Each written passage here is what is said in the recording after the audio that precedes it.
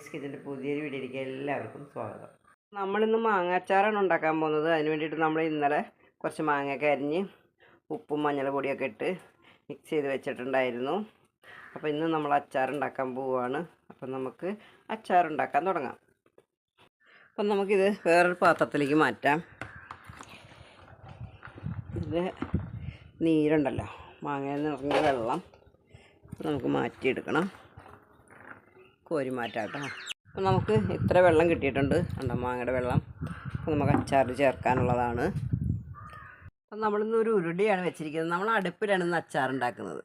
അപ്പോൾ അടുപ്പിലുണ്ടാക്കാൻ വേണ്ടിയിട്ട് നമ്മൾ അടുപ്പ് കത്തിച്ച് ഇതേ ഒരു ഉരുളി വെച്ചിട്ടുണ്ട്. നമ്മൾ ഉരുളി ഒന്ന് ചൂടായി വരട്ടെ. നമ്മൾ പുറത്താണ് അടുപ്പ് കൂട്ടിയേക്കുന്നത് കേട്ടോ. അപ്പോൾ നമുക്ക് കുറച്ച് എണ്ണ ഒഴിച്ച് കൊടുക്കാം. നല്ലെണ്ണയാണ്. നമുക്ക് കടുക് ഇട്ട് കൊടുക്കാം. നല്ല ചൂടാണ് കേട്ടോ.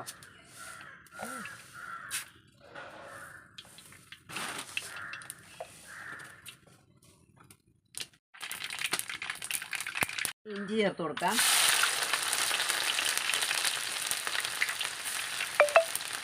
ഇനി വെളുത്തുള്ളി ചേർത്ത് കൊടുക്കാം.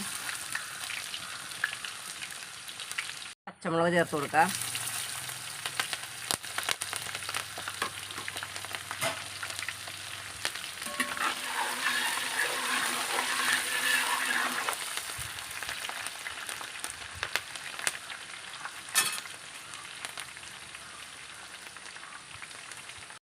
എല്ലാം ഒന്ന് മൂത്ത് വന്നിട്ടുണ്ട്.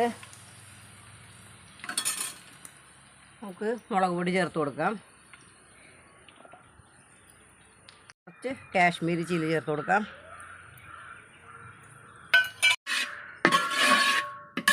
നന്നായിട്ട് ഇളക്കി ഒന്ന് യോജിപ്പിച്ചെടുക്കാം. തീ കുറച്ചിട്ടിട്ട് വേണം നമ്മൾ പൊടികൾ ചേർത്ത് കൊടുക്കാനായിട്ട്. നമുക്കിനി മാങ്ങയുടെ വെള്ളം ഒഴിച്ചു കൊടുക്കാം.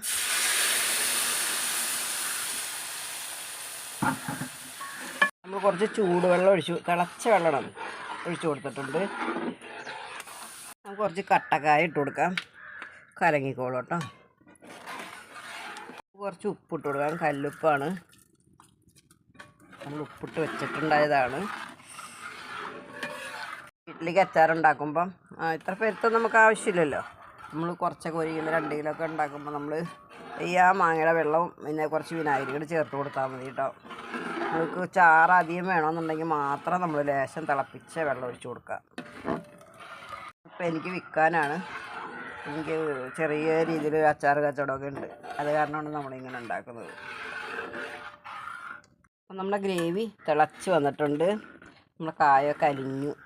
നമ്മൾ ഇത്തിരി കട്ടക്കായും ചേർത്ത് കൊടുക്കണം. അപ്പം നമ്മുടെ അച്ചാറിനൊരു പ്രത്യേക മണവും ടേസ്റ്റും കിട്ടും. നമുക്ക് മാങ്ങ ചേർത്ത് കൊടുക്കാം.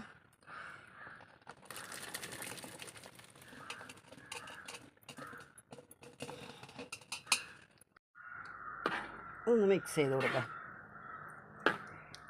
മാങ്ങ ഇട്ട് കഴിഞ്ഞാൽ മാങ്ങ നന്നായിട്ട് വെന്ത് പോരുത് കേട്ടോ.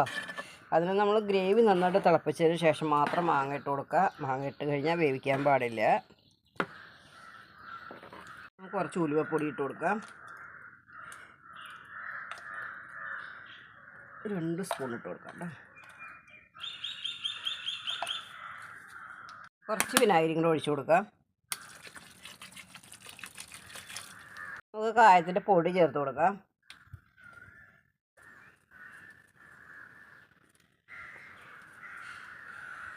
മിക്സ് ചെയ്ത് കൊടുക്കാം. അടിപൊളി അച്ചാറാണ് കേട്ടോ. അപ്പം നമ്മൾ വീട്ടിലുണ്ടാക്കുമ്പോൾ ഇത്രയും ചാറ് വേണ്ട കേട്ടോ.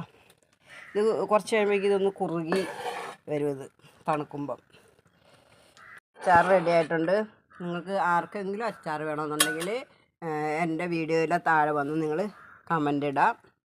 അപ്പോൾ നിങ്ങൾക്ക് ഏത് സൈസ് അച്ചാർ വേണമെന്നുണ്ടെങ്കിൽ കമൻ്റ് ഇട്ടാൽ മതി. ഞാനത് തയ്യാറാക്കി തരുന്നതാണ്. നമ്മുടെ അച്ചാറിൻ്റെ വീഡിയോ എല്ലാവർക്കും ഇഷ്ടപ്പെട്ടെങ്കിൽ ഒന്ന് ലൈക്ക് ചെയ്യുക, ഷെയർ ചെയ്യുക, നിങ്ങളുടെ അഭിപ്രായങ്ങളൊക്കെ അറിയിക്കുക. സബ്സ്ക്രൈബ് ചെയ്യേണ്ട ആരെങ്കിലും കാണുന്നുണ്ടെങ്കിൽ ഒന്ന് സബ്സ്ക്രൈബ് ചെയ്ത് സപ്പോർട്ട് ചെയ്യുക. നിങ്ങൾ ഫേസ്ബുക്ക് പേജിലാണ് കാണുന്നതെങ്കിൽ പേജ് ഒന്ന് ഫോളോ ചെയ്യുക. എല്ലാവർക്കും ഒരു നല്ല ദിവസം ആശംസിക്കുന്നു. ടാറ്റാ, ബൈ.